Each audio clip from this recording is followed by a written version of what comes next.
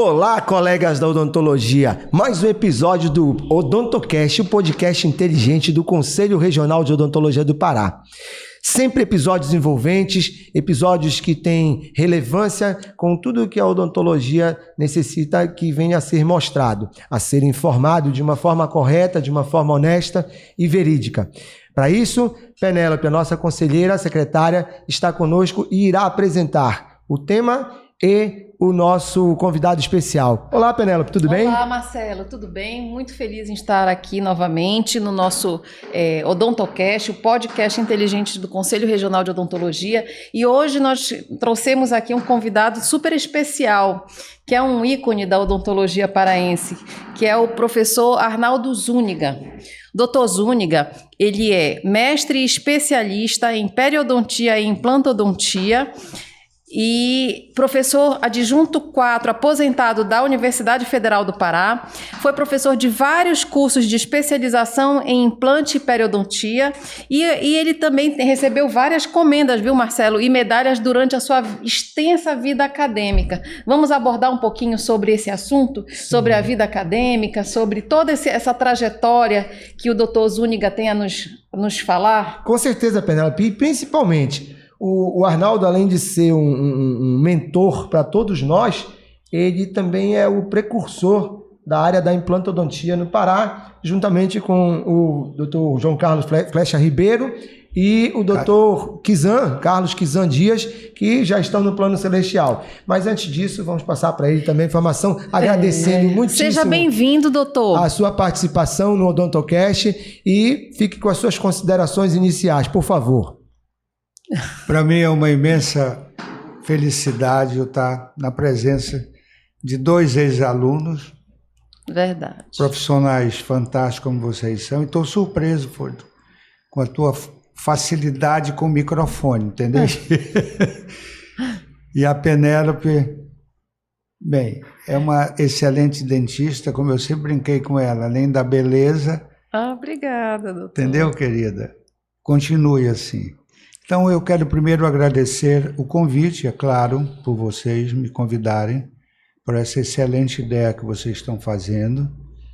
E eu me sinto muito à vontade na minha vida como dentista de estar aqui na presença de vocês. Muito obrigado pelo que vocês estão fazendo pela odontologia, ok? Legal. Vamos lá. Penélope, quer fazer a primeira pergunta ou quer que eu faça? Posso fazer? Não, você é completamente envolvido na área do implante, da prótese. Eu segui o caminho dele também. Exatamente, então vou te dar a honra. Eu vou revelar uma coisa aqui que pouquíssimas pessoas sabem. Pela minha ideia da implantodontia, e ele sabe disso, eu demorei para fazer um pouco o curso de implante. Quantas vezes eu te dizia, eu vou fazer, mas eu quero fazer na tua turma, na tua especialização dentro da ABO. Por alguns anos. Alguns anos. Creio que umas 3 turmas eu adiei, porque eu queria que fosse só com a turma dele, pela referência que ele era, né? Mas o Dr. Zúñiga, ele é uma referência não só para você, como de uma geração, da minha geração, né? Também ele foi presidente da ABO durante 10 anos, é isso, doutor? 10 anos. 5 mandatos. Presidente, 5 mandatos de 2 anos. No qual eu também tive a honra de fazer parte desta diretoria, né? E que isso tudo fez com que a minha carreira ela também acabasse ficando linkada à experiência do Arnaldo. Isso. Então ele sempre foi assim um inspirador para todos nós, né? Numa época em que a ABO era muito ativa, nós participávamos muito, então ele sempre uma figura assim muito participativa, né? E ativa. E aí, nessa primeira pergunta que eu quero fazer, Arnaldo, diz respeito aos primórdios da implantodontia, lá pelos anos de 1990, né, quando virou a chavezinha ali. Não que a implantodontia tenha entrado exatamente nesta época, porque desde 60 Branemark já fazia a implantodontia, mas entrou no Pará nesse início dos anos 90. E como foi essa ideia tua, do Flecha e do Kizan, de iniciarem esse processo, que hoje é o boom? Isso aí. Eu vou contar aqui. Eu já era periodontista especialista e era o representante da Sobrap em Belém do Pará. E nós fazíamos, de 2 em 2 anos, os congressos de periodontia. Então eu era muito amigo do Douto, do Sendic, do Laércio, dos periodontistas, um tempo famosos que tinham em São Paulo. Eu vivia muito lá. Além do congresso, eu era amigo do Douto. Então, quando eu estava em São Paulo, sempre eu estava no consultório dele. E é como é interessante. Em 89, eu estava em São Paulo, foi 88, 89, e já tinha um burbúrio de implante. E eu fui ao consultório do Douto, e como é interessante isso. Eu me lembrei, eu e ele me mostrando uma raio-x periapical de um implante e que não tinha rejeição nenhuma, para você ver como a vida é, né? A osso-integração estava funcionando e eu e ele me mostrando, olha aqui, Zúñiga, como é que a coisa funciona, rapaz, eu estive... Isso implantes lisos, né? Não, isso é de outra história, rapidinho eu vou falar. Sim. Implante liso. E aí, a gente naquela admiração, né? Por quê? Como você falou bem, a implantodontia, ela já vinha sendo tentada. Eu me lembro que no Rio de Janeiro, alguns anos antes, eu estava lá fazendo um curso de pério, e aí a Policlínica Geral do Rio de Janeiro ia ter uma demonstração de implantes agulhados. E eu fui ver que se colocava 3 agulhas, tripé e colocava um dente. E o dentista que estava fazendo, todo satisfeito, porque ele tinha tido o privilégio de colocar um implante que durou 8 anos. Durou 8 anos. Olha lá. Para você ver. Então, a base científica, ela era meio empírica, não tinha, mas eram tentativas do ser humano de reabilitar através da implantodontia. Então, qual foi o pulo disso aí, a divisão? Foi quando o Brandmark descobriu a osso-integração, e por isso que eu disse, estava eu e o Douto olhando, admirados como tinham colocado um parafuso dentro de um osso, e isso não deu rejeição, porque na concepção nossa, que baseava em fatos científicos, havia rejeição.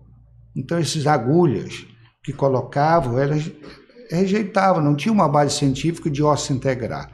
Então, o advento da osso-integração foi o pulo no mundo. Então, quando o Douto me disse que tinha estado em Nova York, num curso de pério que ele tinha ido com o Douto, e já se falava lá no Brandmark, que estava falando da implantodontia, para nós foi assim uma grande surpresa. E eu me lembro e gravei isso quando ele disse, Zúñiga, isso funciona, esse negócio é uma coisa que veio para ficar, porque está funcionando, porque o Brandmark já tinha mostrado que isso estava funcionando. E nesse ano mesmo veio dar um curso de um sueco, acho que foi o Brandmark que estava, eu não me recordo bem deles, que deu uma demonstração para nós no Congresso de Periodontia da Sobrap. Então aquilo estava lotado, tinha umas 2.000 pessoas, como me recordo, todo mundo curioso para ver como era a cirurgia. Então eles fizeram, porque na época só se fazia protocolos inferiores, então ele mostrou uma cirurgia inferior, não tinha esse negócio de implante superior aqui e tal, como se hoje se faz. O objetivo que o Brandmark fez foi para colocar implantes em áreas mandibulares, em regiões anteriores, que é a melhor até hoje, para substituir quem usava dentadura. Isso aí. Então, o objetivo deles, as experiências dele, foi feito com isso. Depois a evolução foi crescendo como chegou até hoje. Então, nós só víamos o objetivo da cirurgia. E se vocês vissem como se nós fazíamos, eu cheguei a fazer, essas cirurgias agressivas, rebatia tudo para trás, planeava tudo aquilo, colocava e fechava tudo, não tinha esse negócio de carga hoje com médico pediatra, isso era uma coisa que não existia, colocava o implante e deixava.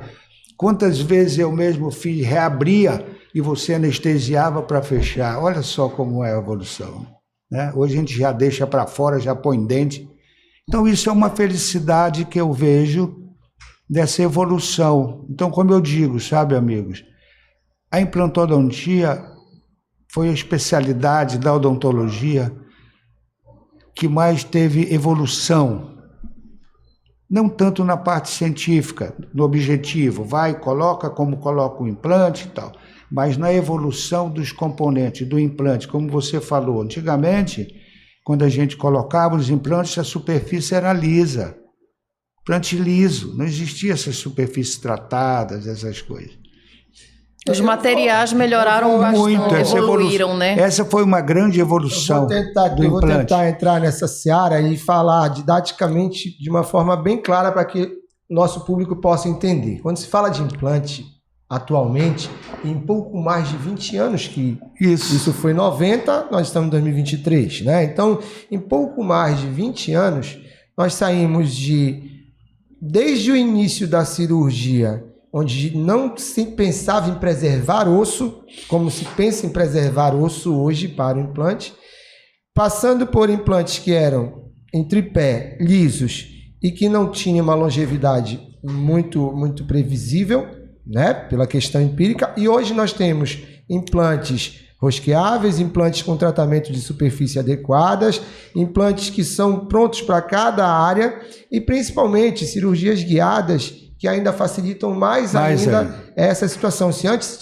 se pensava num protocolo unicamente 6 a 8 implantes superiores e 4 a 6 implantes inferiores, nós temos técnicas hoje do Alonfor, que com 4 muitas vezes nós conseguimos resolver, entre outras coisas. Então, eu penso que, fazendo um aditivo ao que tu falaste, não só a evolução da implantodontia, mas a evolução da imagenologia também, porque o que antes se trabalhava com largura e altura, hoje a gente tem também o diâmetro do implante, a circunferência da área óssea que tem que trabalhar. As 3 dimensões. Foi interessante isso você falar, sabe? Porque é bom quando a gente viveu assim, até na história, na evolução. Me sinto feliz até, né? Porque você, inclusive, falou que 2 dos meus amigos já subiram e eu tenho o privilégio, a felicidade de Deus ainda está me mantendo aqui.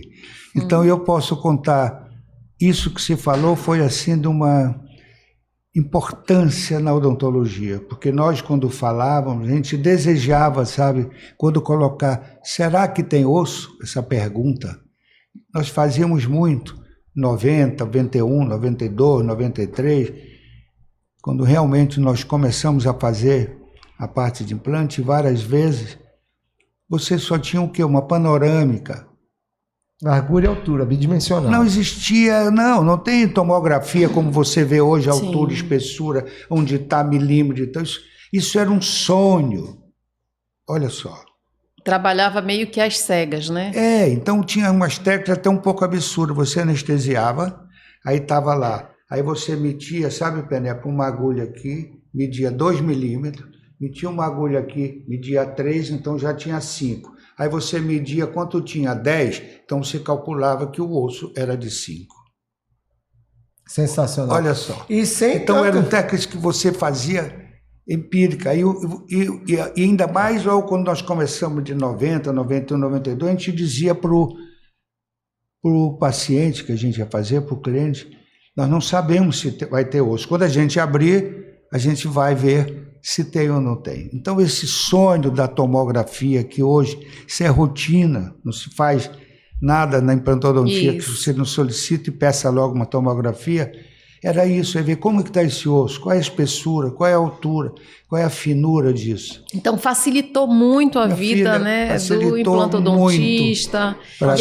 A junção de fatores que hoje, por exemplo, tu tens um implante, Penélope, de 4 a 15 milímetros. Quer dizer, olha a variedade que tu tens para poder fazer o teu planejamento, né, o teu planejamento diagnóstico e fazer a execução da terceira dentição, né, que seria hoje a questão da implantodontia para os pacientes que são mutilados, né? Então isso aí realmente foi uma diferença na vida de muitas pessoas, inclusive dos cirurgiões dentistas que fazem implante e prótese, né? E aí dentro disso, a satisfação que eu tenho, os meus olhos brilhando hoje também, é porque eu trago esse ícone, porque ele foi uma pessoa que foi testemunha dessa virada de chave. Sim, tá? Para a entrada do implante na odontologia e para ver esse implante evoluir. Tudo isso. Foi uma evolução muito rápida. Né? Então, isso aí acompanhou toda essa evolução. É uma satisfação enorme para nós. É que eu vejo hoje. Hoje o que se transmite para a juventude que eu falo, os alunos acadêmicos da odontologia, que para mim são jovens, né, vocês.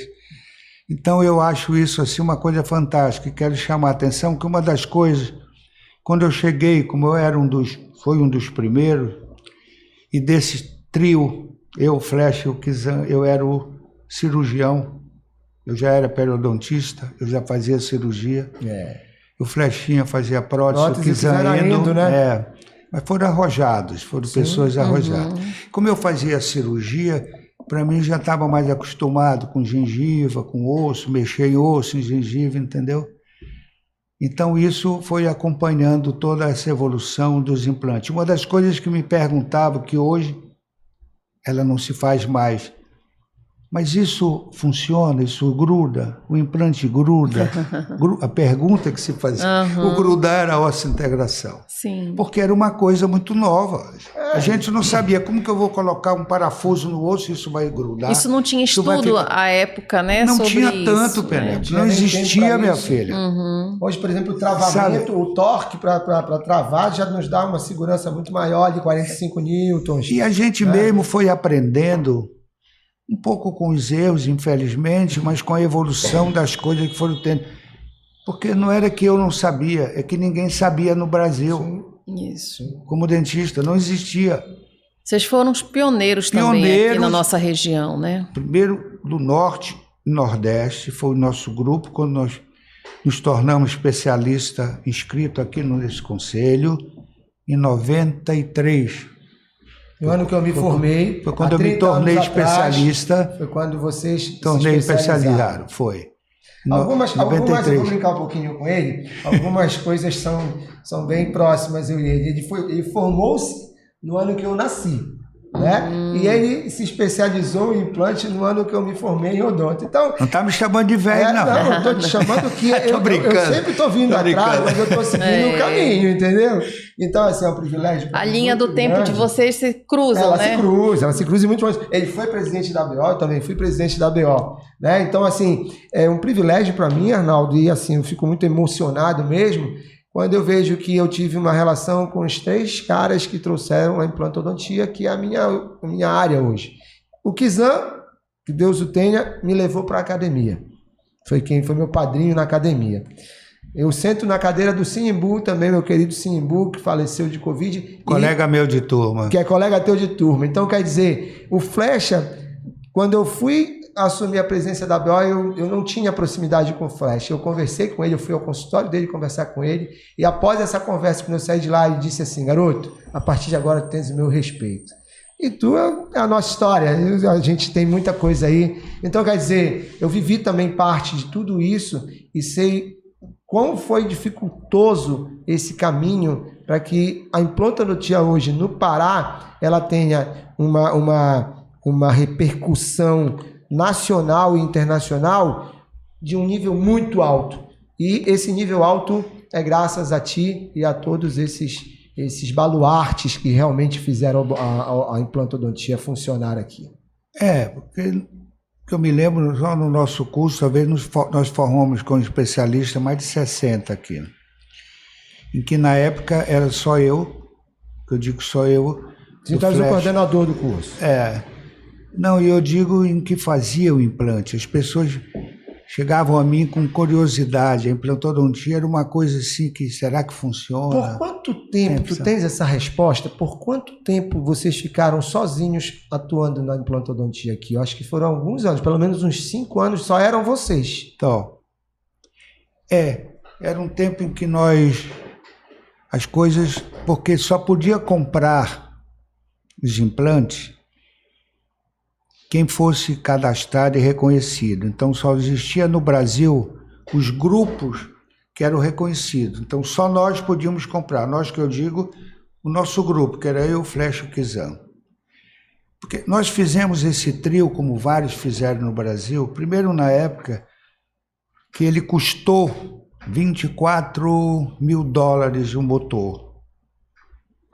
É uma diferença absurda para hoje, né? Tudo era em dólar. Você cobrava em dólar, pagava em dólar, comprava em dólar, tudo. Em 94 estava 1 para 1 Foi quando assumiu o Fernando Henrique. Nós começamos em 90, 91, 92, e aí depois foi quando ficou 1 para 1. Mas quando tu registraste a especialidade, que disseste que foi 93, a partir de 93, o Fernando Henrique assume em 94 e o dólar está 1 para 1. Então ficou ali bem equiparado. Nós estamos falando, o podcast é isso, o Odontocast ele fala de tudo, entendeu? Mas então, aí foi quando melhorou 94, mas nós já fazíamos. Sim. Fazíamos sem poder nós já anunciar. fazíamos implantes, porque nós íamos fazer vários cursos em São Paulo, que a gente trazia o pessoal sueco, como o Branimar, que veio, eu fiz uns 3 cursos com eles na época, a gente pagava cada um $6.000, contava as verdinhas, colocava na mesa e pegava $6.000 para você fazer um curso de 3 dias. Olha, isso aí é uma informação, Fernando. Entendeu? Assim que era. Essas informações todas, riquíssimas, tem me passado aqui uma questão. Para toda essa evolução foi um custo muito alto. Não só financeiro, como científico, de tudo. De dedicação, de esforço, de uma grande equipe. E hoje a gente vê, professor, digamos assim, a implantodontia ficou mais fácil. Vamos falar agora de uma questão ética. O senhor já foi presidente também da comissão de ética aqui no Conselho, o senhor estava me falando, né? Foi. Isso me veio à tona porque a gente tinha profissionais altamente... Eu dei aula na universidade também, minha filhinha. Sim, eu fui sua aluna, inclusive.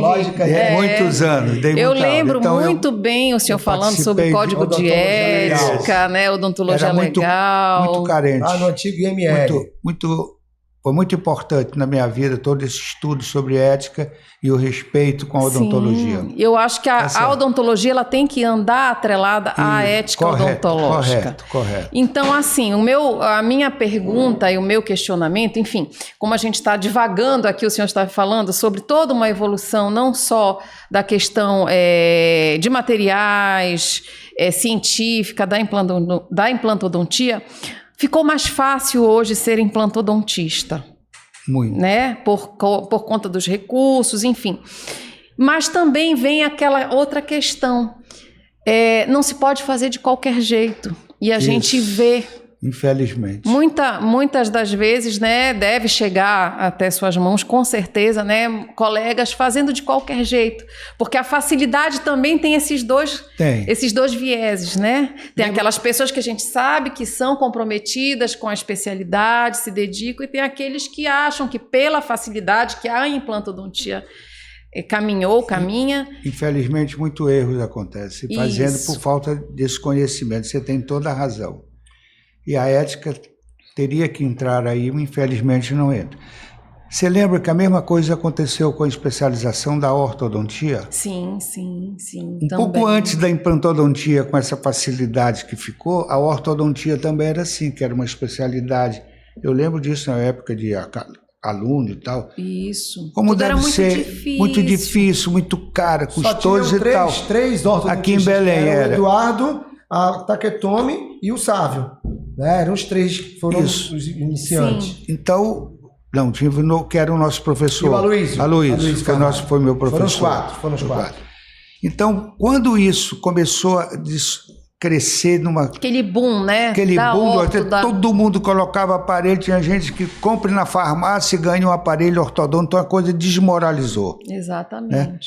Infelizmente, a implantodontia está caminhando para isso? Caminhando para isso, eu espero que não, mas infelizmente, porque é uma coisa fantástica na odontologia, você substituir através não usar uma prótese, uma dentadura e tal, então você acaba querendo uma coisa boa, mas infelizmente está sendo praticada por pessoas não especialistas, que não têm conhecimento, se arvoram a fazer uma coisa e acaba desmoralizando toda uma especialidade, infelizmente. Então o senhor está aqui hoje para trazer toda essa gama de conhecimentos e esse referencial histórico, né, da implantodontia, e justamente para valorizar. Isso, né? Uma das coisas que veio à mente para te trazer aqui é porque a gente não tinha um registro disso oficial, porque vocês nunca deixaram, né? E agora a gente está deixando oficialmente um registro dessa história da implantodontia no Pará.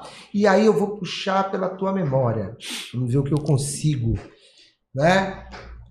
Um caso que tenha te marcado dentro desse cenário dos últimos 30 anos da implantodontia, que tu tenhas lembrança de que foi marcante para ti? Em relação ao tratamento de um paciente... O seu maior desafio, digamos que foi mais assim. desafiador, que o paciente, tu sentiste que mudou a vida dele? Esses são vários. Pois é, eu quero o principal, aquele que realmente eu quero são vários.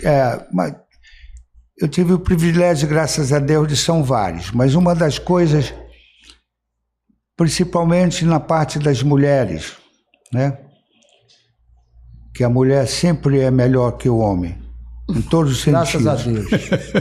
Graças que bom, a Deus. Tá vendo? Eu não aguentaria passar 9 meses na gestação. Não se compare. Isso é uma das coisas que eu aprendi na vida também, tratando. A sabedoria, né? A maturidade. Mulher, atendimento, em segurador, diferente. O homem é frouxo, a mulher é fantástica. Então, como ela é superior, ela tem todos os valores da estética dos dentes, muitas vezes melhores do que dos homens. Então, quando nós surgimos com essa possibilidade de implante, em que as pessoas já usavam prótese, dentadura, e um dos casos que você me perguntou, por exemplo, essa senhora, ela escondia até do marido. Sim. Então você já imaginou o sofrimento e o desespero? Quanto isso impactava na vida dela de uma forma negativa? Negativa, de ter vergonha. Né? Então, quando começamos a fazer, eu participei disso, né, dessa evolução. E eu posso lhe dizer, não lhe cortando, que até hoje ainda ocorre isso. Ocorre sim, mas com certeza. As pessoas têm esse tipo de receio. A vergonha. E todo mundo, é claro, tirar uma prótese fica horrível. Ninguém gosta de usar prótese, né? Essa então, como você perguntou isso, eu tive, graças a Deus, essa felicidade. Entre aspas, várias mandaram fazer missa e rezaram e choraram de felicidade depois, quando ela estava com a prótese fixa e não usava mais dentadura. Então, uma graça alcançada. Uma felicidade que a odontologia me deu e a implantodontia me deu durante a minha vida. Foi esse tipo de coisa.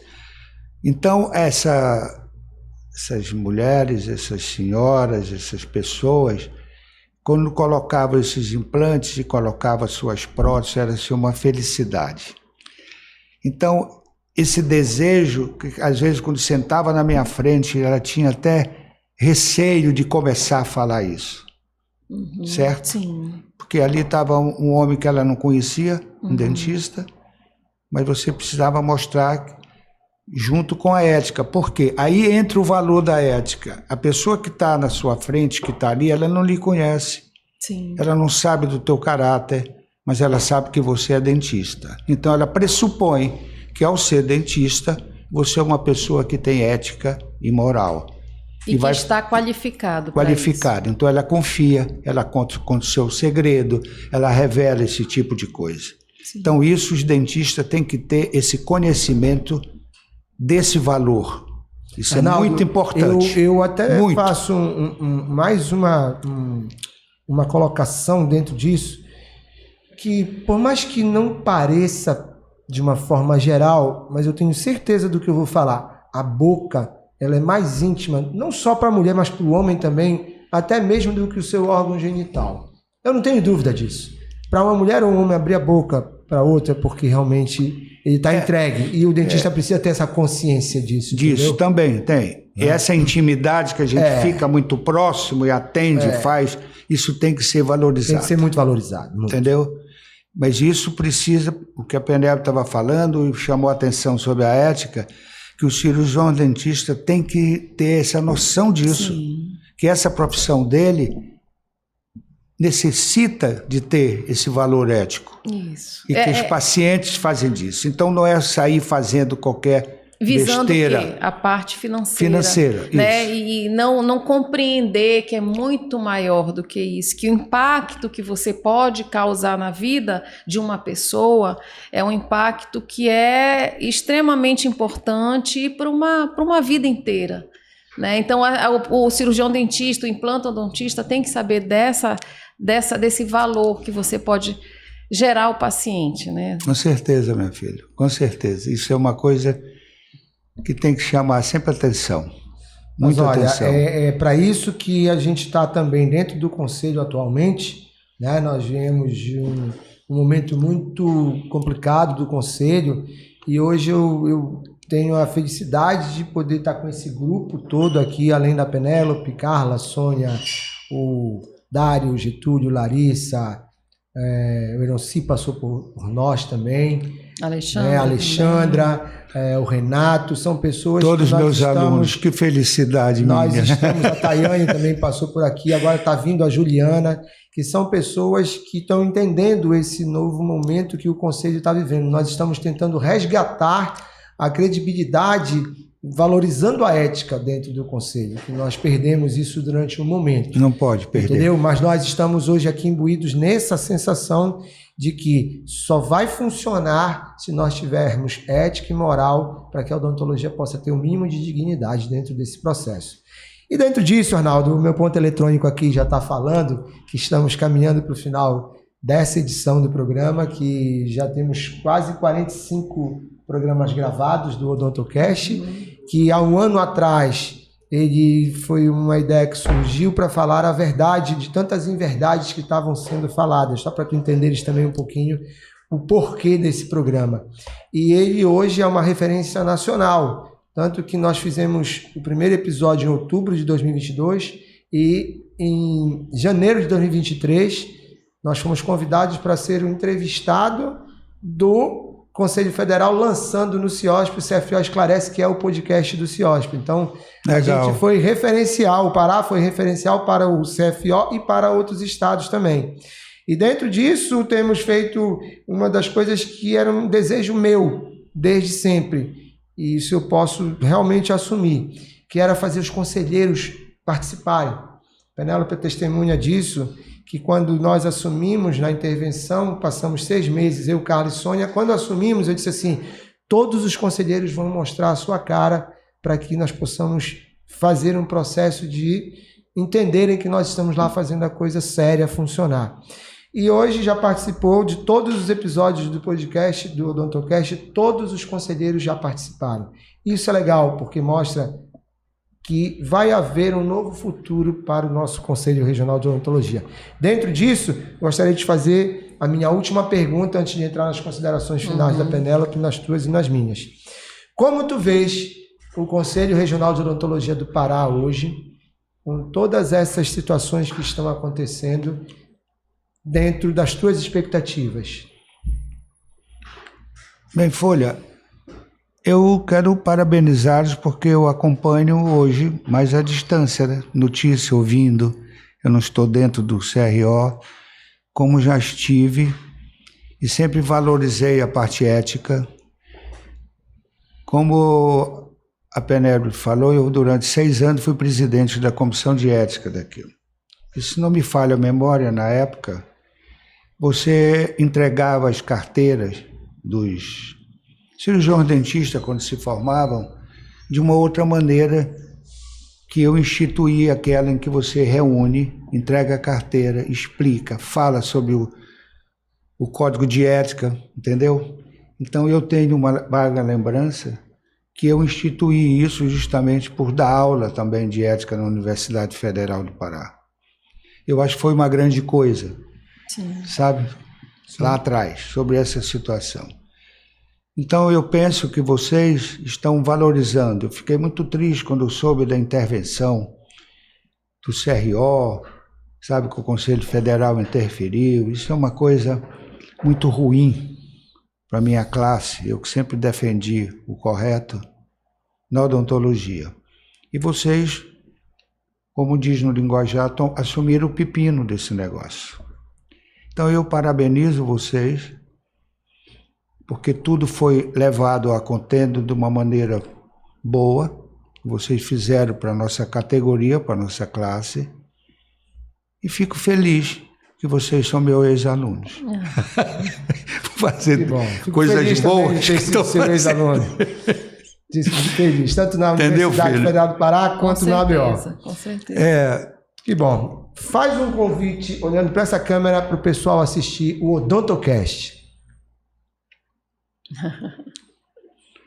Meus queridos alunos, amigos, cirurgião dentista, vocês estão vendo que esse grupo que está aqui no CRO se dedica e trabalha, e não é fácil. Então valorize esse trabalho deles. Como é que você pode valorizar? Assistindo, participando e aprendendo, porque sempre tem algo a aprender. Então eu convido vocês a participarem, a divulgarem esse trabalho que essa duplinha aqui na minha frente está fazendo, que é excelente. Eu convido vocês, participem disso aí. Muito obrigado. Que bom. Fernando, suas considerações finais. Professor, eu só tenho a agradecer e parabenizá-lo por a sua trajetória acadêmica, né? Eu sou formada há mais de 20 anos, fui sua aluna enquanto o senhor professor da Universidade Federal do Pará. Acompanhei também, na época, o senhor como presidente da Associação Brasileira de Odontologia e vejo também, né, os relatos dos colegas falando que o senhor foi uma inspiração na área da... É uma inspiração, né? Na área da implantodontia, da prótese, enfim. Então, eu acho que o senhor é um profissional completo. Eu Obrigado. Só tenho a agradecê-lo pela sua dedicação também à odontologia, não só a nível como acadêmico, mas também como gestor das entidades. Então, o senhor pode ter certeza que o senhor fez a sua contribuição, né? O senhor fez a sua missão na odontologia, eu acredito que foi de uma forma brilhante. Eu só tenho a lhe agradecer e, como o senhor falou, a gente espera que os colegas se espelham, a gente não quer que se espelhem na gente, mas nas pessoas que vêm aqui trazer a sua história, trazer o seu legado, que é o que a gente tem de mais valioso na odontologia. Muito obrigada, professor. Eu agradeço o convite mais uma vez por vocês, essas palavras elogiosas, entendeu, meus amigos? E se não me falha a modesta, quando eu olho para trás, eu acho que a minha contribuição como dentista para a minha classe odontológica, tanto para mim pessoal como para a minha categoria da odontologia, em toda parte que eu pude, ou aqui no Conselho, ou na ABO, em que eu pude participar, certo? Como a parte da periodontia ou da Sobrap, ou como presidente da ABO, eu acho que eu cumpri com a minha função, como aluno, como professor, como tantas vezes fui escolhido como paraninfo naquela universidade. Então, isso o que é? Valoriza, né, você como professor. É um reconhecimento. Né? Reconhecimento, né? Então, eu quando precisei, por exemplo, na parte da eleição, na época em que a ABO estava no auge, era efervescente, aquela situação de eleição, de votar para presidente, que eu me candidatei, eu sempre tive o voto da minha classe odontológica. Ganhei em todas, participando, agradeço a todo mundo que na época sempre me deu essa oportunidade e graças a Deus fiquei feliz e fico hoje, quando eu deito no travesseiro, como diz, e penso lá para trás, você foi um dentista que você fez alguma coisa para sua classe ou foi só para você como consultório particular, ganhou dinheiro, trabalhou, fez o trabalho? Não, eu acho que eu fiz para os meus pacientes, sempre procurando fazer o que era o melhor, para a minha categoria como dentista, meus alunos como professor. Eu acho que isso me dá uma boa alegria de vida. Por isso tu estás aqui. Muito obrigado. Muito obrigado a vocês. Muito obrigado. Todo o nosso reconhecimento, a nossa valorização para a tua importância. E sem fazer média, porque a gente não precisa fazer média, mas são pessoas com o nível que tu tens de trabalhos realizados pela odontologia é que precisam falar sobre eles. Né? Isso não pode ficar dentro da tua caixinha só. Isso tem que sair da tua caixinha e vir para as nossas também. Então, dentro disso, eu quero te passar a revista do CFO, que é uma revista bem legal, bem interessante. Tem vários artigos científicos aí. Inteligência artificial da odontologia, evoluído. Isso. Tá de evolução. Esse manual de práticas éticas em odontologia, que nós fizemos em parceria com a OAB. Legal, legal. E aqui um exemplar do Código de Ética Odontológico também, Que ele já deve ter, com certeza. Claro. Dei muita aula disso. Né? Mas guardar também mas vai faz parte. E esse ano está tendo também uma reformulação. Atualização. Tem uma comissão, uma das 13 comissões do Conselho Federal está trabalhando na atualização do nosso Código de Ética, que já está defasado, que é de 2013. Porque 10 anos o que explodiu aí de redes sociais, a forma de nos comunicarmos já ficou totalmente diferente, né? Então, está havendo muito trabalho em relação à atualização do Código de Ética, que para 2024 deve sair um novo código. Tá? E a caneca do OdontoCast, que o patrocínio é do Pedro da Labo Dental. Inclusive, Pedro, obrigado por mais uma vez estar conosco. Obrigado, Pedro. Com certeza, obrigada. Agradecer Pedro. ao Dr. Arnaldo Zúñiga, a conselheira Penélope Gotardo, a participação em mais um episódio do OdontoCast, o podcast inteligente do Conselho Regional de Odontologia do Pará. Fiquem atentos que sempre temos assuntos muito interessantes para que todos os colegas possam usar e levar adiante em sua vida profissional. Um grande abraço, fiquem todos com Deus, até o próximo. Palma para vocês.